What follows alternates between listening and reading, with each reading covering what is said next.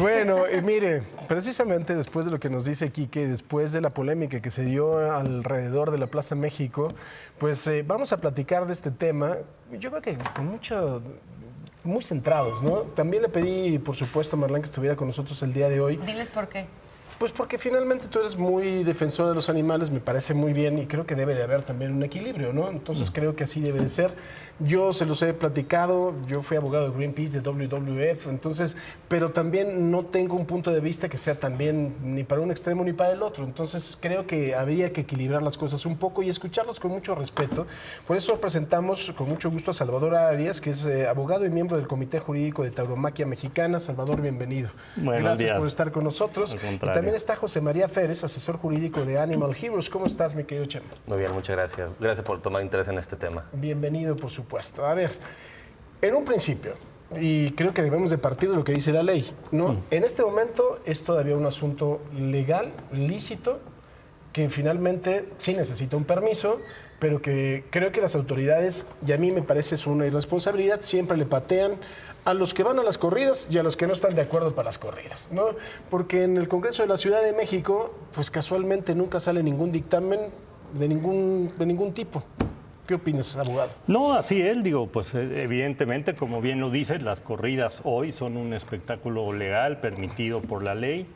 E incluso lo que pues nosotros argumentamos y manifestamos es que con la realización de corridas de toros, los taurinos, los profesionales de la tauromaquia, los aficionados a la tauromaquia, ejercemos una serie de derechos fundamentales. Evidentemente, el derecho de acceso a la cultura forma parte de nuestro patrimonio cultural inmaterial. Yo comento siempre pues que hay gente que la tauromaquia forma parte de su proyecto de vida, es decir, que no es solo una afición, un entretenimiento, sino forma parte de su proyecto de vida. Podemos también reivindicar el derecho al libre desarrollo de la personalidad, en fin, lo que tiene que ver con el trabajo, con el comercio, con la posibilidad de hacer empresa, en fin, una serie de derechos que nosotros reivindicamos y que consideramos que ante una eventual prohibición pues tendrían una afectación. José María, jurídicamente ustedes, ¿cuál es el punto de vista que tienen? Bueno, como sabemos, el que se permitan las corridas de toros en la Ciudad de México es algo temporal, en lo que se resuelve el amparo indirecto que está en curso.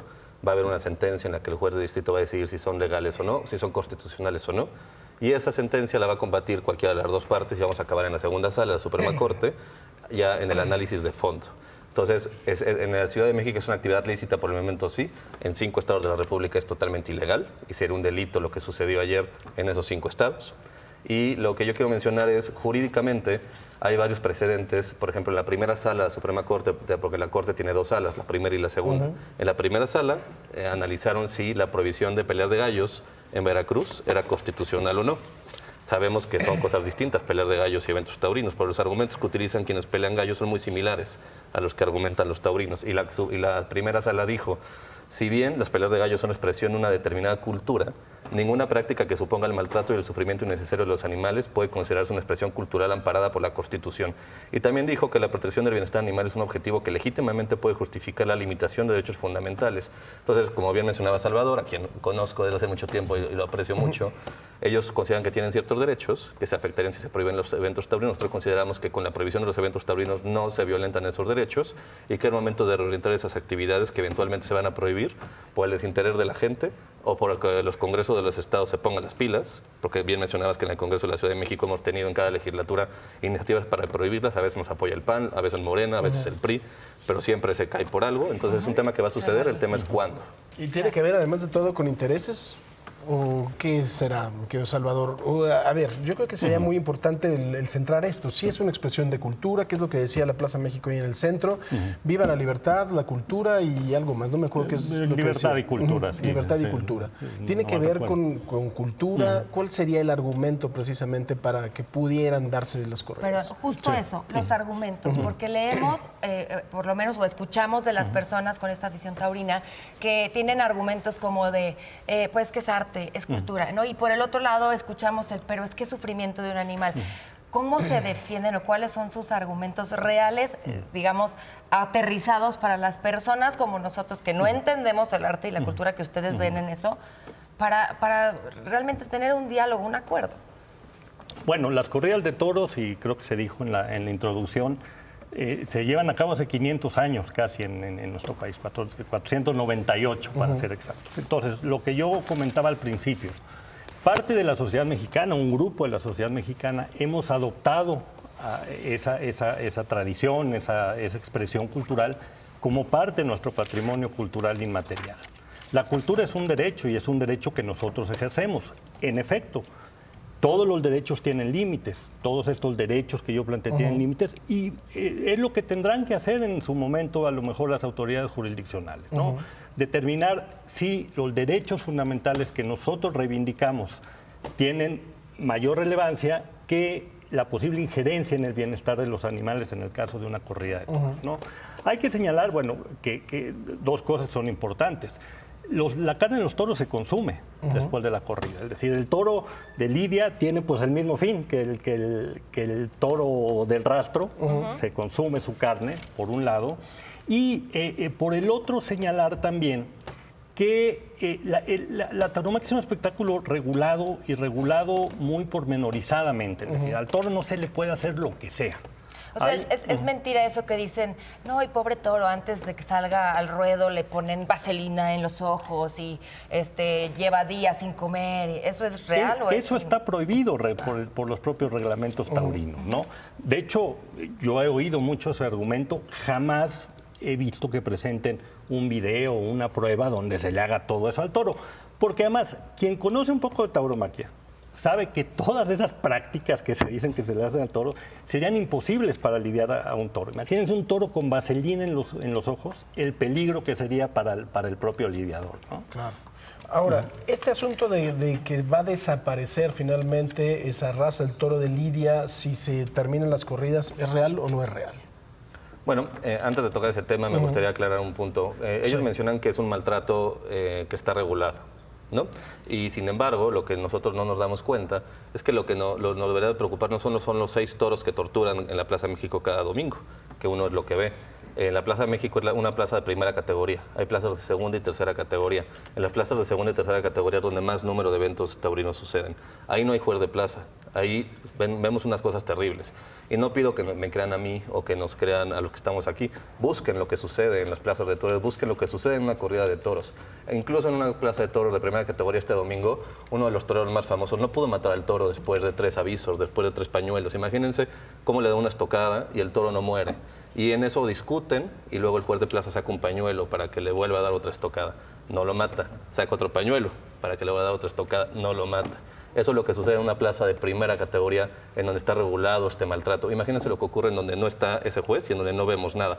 Y atrás de eso están los animales inocentes, víctimas de las que nadie habla, que son los toros, los novillos, los becerros y las vaquillas con los que entrenan los toreros. Un torero no se para enfrente de un toro por primera vez un domingo. Atrás de eso hay un maltrato enorme que nadie ve en las tientas, en los burladeros, donde animales que podríamos equiparar a bebés en cuanto a edad, evidentemente no que sean animales humanos, son torturados en estos entrenamientos. Entonces, cuando hablan de que está regulado, pues en realidad regular el maltrato y regular la tortura ¿cómo regulas eso? no podría suceder, debería de prohibirse. Eso, bueno, yo les diría, yo no coincido, yo he estado en ganadería, yo he estado en tientas, no se da ese maltrato. A ver, sí hay una injerencia en el bienestar de los toros de lidia durante una corrida, evidentemente, pero bueno, desde mi punto de vista, es una injerencia proporcional a lo que es el espectáculo, a lo que son los derechos fundamentales que nosotros defendemos. Y creo que también hay que ser muy cuidadosos en el uso de los términos, ¿no? Si estamos hablando de prohibiciones, de cuestiones que tienen que pasar por ley, tenemos que hablar bien de los términos. La tortura es una categoría jurídica en nuestro país. La tortura está regulada en una ley para prevenir y sancionar la tortura y otros tratos crueles, inhumanos y degradantes. Y si nosotros vemos el tipo penal de la tortura, no tiene nada que ver con lo que pasa en una plaza de toros, ¿no?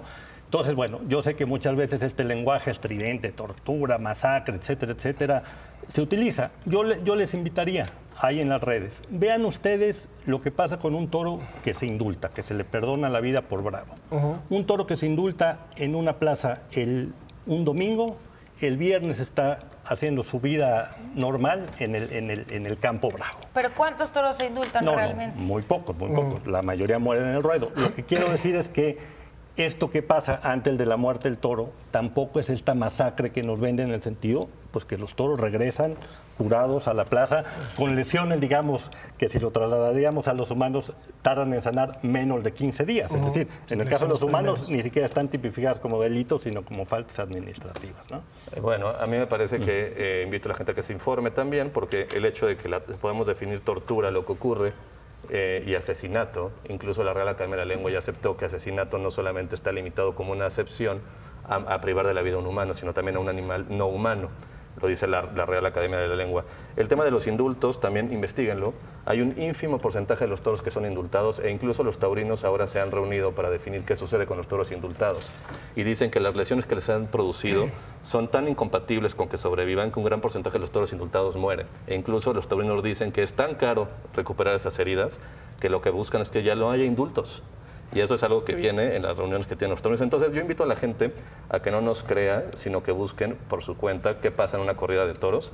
El hecho de que hablen de un maltrato que debe ser tolerable o que es una injerencia proporcional, son términos que creo que en esta sociedad que está rechazando la violencia ya no va. El hecho de que manejemos palabras como matador, matarife, el utilizar banderillas o esa imagen donde hay una persona dándole una estocada con una espada, que es lo que es a un toro y que después de varias estocadas no muera, y se tengan que utilizar un estoque en el cuello que está además prohibido por diversas organizaciones en cuanto al sacrificio de los animales. Me parece que desde un punto de vista social no podemos seguir permitiendo estas actividades. A ver, vamos a tener que cortar la mesa, pero yo los invito a que sigamos platicando porque me parece que está muy interesante hablar precisamente de la supervivencia de esta raza, si sigue o no sigue, hablar precisamente de lo que puede pasar en otras plazas, hablar también de algo que también no está en el ojo de la gente, ¿no? Pero esto es un espectáculo público, pero me ha tocado desgraciadamente en la labor periodística ir un rastro y la verdad es que el trato es una cosa que tenemos también como sociedad que poder acotar, porque quizá es igual de cruel y también de poco digno. Entonces creo que podemos seguir hablando, si me lo permite. Interminable, sí. La próxima semana podemos seguir con este tema que me parece muy interesante y sobre todo para que la gente tenga un poquito, que tenga la información para poder tener un punto de vista. ¿Sabes qué, Paco? También la gente que nos está viendo, que comparta sus dudas a través de nuestras redes sociales, porque sería importante e interesante ver cómo se ve del otro lado. Claro. A lo mejor las personas que acudieron el domingo a esta corrida, ya sea en la parte de que estaban afuera haciendo todos estos revueltos, o las personas que realmente son fanáticas o que les gusta la fiesta taurina. Muy bien, ¿no? ¿A dónde compartan las dudas? @imagen sea, muchachos, ahí en X o en Instagram o en Facebook. Perfectamente. Síganos. Salvador, Gracias. muchísimas gracias. Muchas gracias. José María, muchas gracias por estar con Muchas nosotros.